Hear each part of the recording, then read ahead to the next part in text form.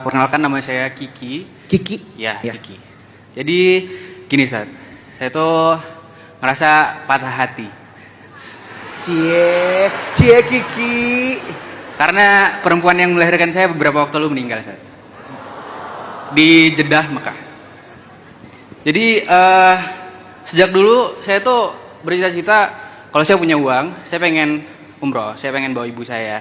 Sampai akhirnya awal tahun kemarin, tepatnya 3 Januari kami berangkat dari Soekarno-Hatta, kemudian landing di Jeddah itu sekitar jam 7. Kayaknya nggak sampai 1 jam setelah landing, tiba-tiba ibu meninggal di Bandara Jeddah. Sebelum ibu meninggal tuh ada beberapa perjalanan yang mungkin sampai saat ini saya kadang ngerasa nggak percaya, Ibu berangkat tuh dalam keadaan sehat, nggak ada keluhan apa-apa. Sampai akhirnya waktu landing di Jeddah, tiba-tiba di depan pintu pesawat ibu kayak sulit melangkah gitu, sampai megang pintu pesawat. Akhirnya saya bantu berdiri, nggak bisa. Akhirnya saya bantu angkat ke kursi roda. Nah di situ ditanya sama pramugari, ibu nggak ada keluhan apa-apa, ibu nggak ada sakit apa-apa. Cuma setelah keluar dari lorong itu, ibu baru mulai ngeluh. Kayaknya itu udah mulai sakaratul maut karena kakinya lemas, perutnya sakit, pinggangnya sakit. Sampai akhirnya waktu itu ada perawat Indonesia yang kerja di Kuwait tuh bilang bawa ke klinik aja mas, klinik bandara. Sampai akhirnya kami bawa ke klinik bandara. Di situ ibu makin ngerasa kesakitan, bilang kaki ibu sakit banget gitu. Ini pertama kali ibu sakit katanya. Nah di situ saya belum pikir kalau itu sakaratul maut. Di situ sampai ibu bilang pinggangnya sakit, terus perutnya sakit, dadanya sesak, dan ibu minta terakhir waktu itu minta telepon ayah. Cuma saya nggak berani nunjukin ibu yang kondisinya kayak gitu. Terus setelah ibu bilang pertama kali sakit kayak gitu, saya nuntun ibu buat istighfar dan la ilaha illallah, itu masih jelas pelafalannya. Sampai akhirnya setelah saya tuntun itu, ibu agak rileks sedikit dan saya ngelihat monitor itu udah mulai datar. Udah datar, sampai akhirnya saya manggil dokter lagi, kemudian di RJP, kemudian gerak lagi grafiknya, cuma mungkin itu udah mulai landai gitu. Sampai saya disuruh keluar, nggak lama saya disuruh masuk lagi, dimintain paspor, visa, dan saya tanya lagi, katanya mau dibawa ke rumah sakit. Mungkin pas mau dibawa ke rumah sakit itu ibu udah kritis banget di situ. Dan satu kalimat yang benar-benar saya ngerasa hidup saya hancur tuh ketika saya nanya, where is my mom? 2 kali saya tanya karena dokternya waktu itu kayak bingung ngejawabnya gimana. Sampai dia bilang she was dead.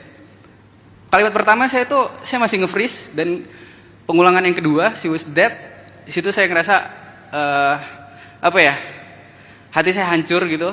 Kayak saya niatnya pengen bawa ibu ke Baitullah, ke rumah Allah, ternyata sekaligus perjalanan saya bawa ibu ke Allah gitu, Sampai akhirnya saya pulang itu cuma bawa koper ibu, dan ketika saya ngelihat adik-adik saya yang umurnya menurut saya masih butuh banget ibu, umur 13 tahun, saya kadang ngerasa dihantui rasa bersalah, karena ini pertama kali adik saya itu ditinggal ibu keluar kota, dan ternyata pertama kali keluar untuk selamanya, pergi untuk selamanya gitu. Sampai akhirnya saya mikir ini Ramadan saya pertama tanpa ibu, saya bingung nih menjalannya gimana. Itu sih saya kayak masih bingung cara benar-benar ikhlas gimana, saya bingung menjalani hidup saya lagi gimana gitu. Ya sekali lagi saya terima kasih dan saya minta tolong doanya buat ibu saya. Innalillahi wa inna ilaihi raji'un. Semoga almarhumah menjadi salah satu di antara kekasih Allah yang dimuliakan di akhiratnya. Karena walaupun secara fisik beliau nggak sampai ke Baitullah, tapi ketika niatnya dan sudah beliau ikhtiarkan dengan berjalan, maka itu sudah dicatat pahala ibadah yang utuh. Jadi ibu itu sudah umroh, walaupun secara fisiknya belum sampai ke Baitullah. Karena dulu juga ada kan orang yang mau berhaji tapi nggak jadi berhaji gara-gara membantu orang lain, padahal dia udah niat banget kan berhaji. Tapi kemudian jamaah haji yang berangkat haji ngelihat dia lagi tawaf di Ka'bah gitu. Kenapa? Karena Allah nggak melihat fisik kalian, Allah nggak melihat harta kalian, Allah melihat hati dan amal kalian, kan gitu kan? Innallaha la yanzuru ila suwarikum wala ila amwalikum walakin yanzuru ila qulubikum wa a'malikum. Nah, amalnya beliau udah berjalan sejauh itu sampai ke Jeddah, udah di gerbangnya Mekah gitu. Berarti kan memang sudah diikhtiarkan, bukan cuman niat kosong. Apalagi niatnya memang sudah pengen sekali beribadah umroh. Ya artinya niatnya dari sejak berangkat dari rumah itu pengen umroh gitu. Insya Allah Ibunda Kiki sudah umroh dan umrohnya diterima di sisi Allah. Bahkan mungkin umrohnya lebih baik daripada kita yang mengerjakan secara fikih. Itu yang pertama. Yang kedua, saya salut ya sama Kiki ya, bisa menceritakan ini dengan sangat tenang. Saya tahu gimana hancurnya hati Kiki. Saya aja yang dengar juga sedih sebetulnya. Gak kebayang sih perasaannya. Jadi kayak tiba-tiba di rumah itu jadi hilang ya seseorang yang sangat berharga ya. Jadi kayak bingung kan. Kita mau cerita ke siapa, apalagi ibu gitu.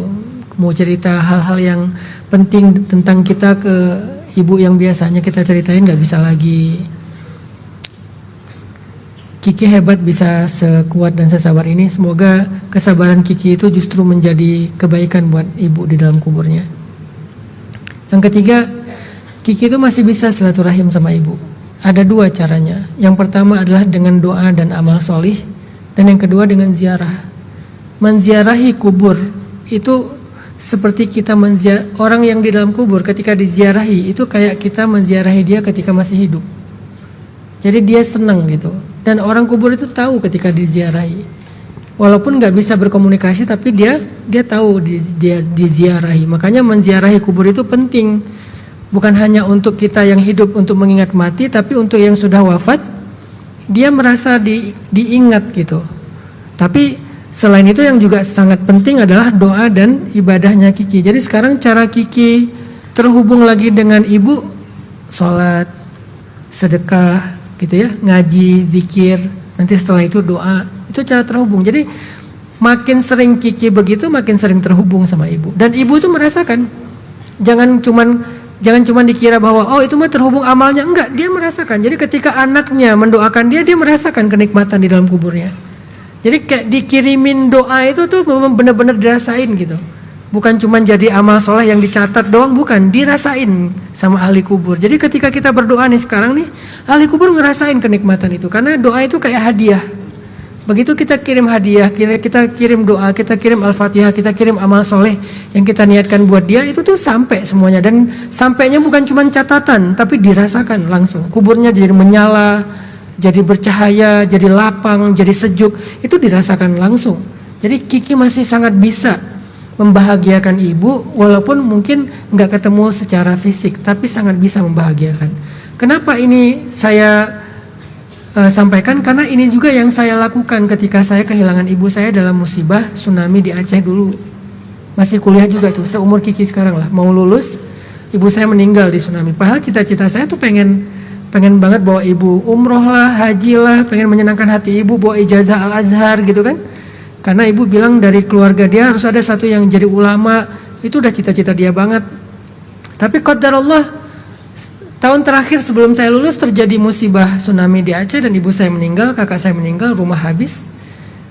Waktu itu saya agak-agak patah hati juga, tapi lama-lama saya pikir, apakah ini adalah akhir? Enggak, ternyata saya masih bisa kok membahagiakan ibu. Itu jadi motivasi saya untuk ngafal Quran, untuk dakwah, untuk bikin sekolah gratis, bikin masjid, supaya ngalir semuanya pahala buat ibu.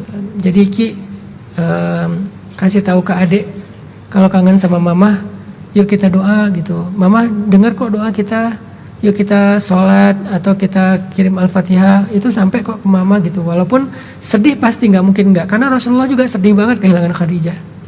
Rasulullah tuh sedih banget kehilangan Abu Thalib, dan itu tahun duka cita bagi Rasulullah. Jadi Kiki berhak untuk sedih, tapi Kiki harus tahu walaupun Kiki bersedih, Kiki masih bisa kok menyenangkan hati ibu gitu. Semoga itu bisa jadi cara buat Kiki terus terhubung sama ibu bersama dengan adik-adik. Allahu a'lam.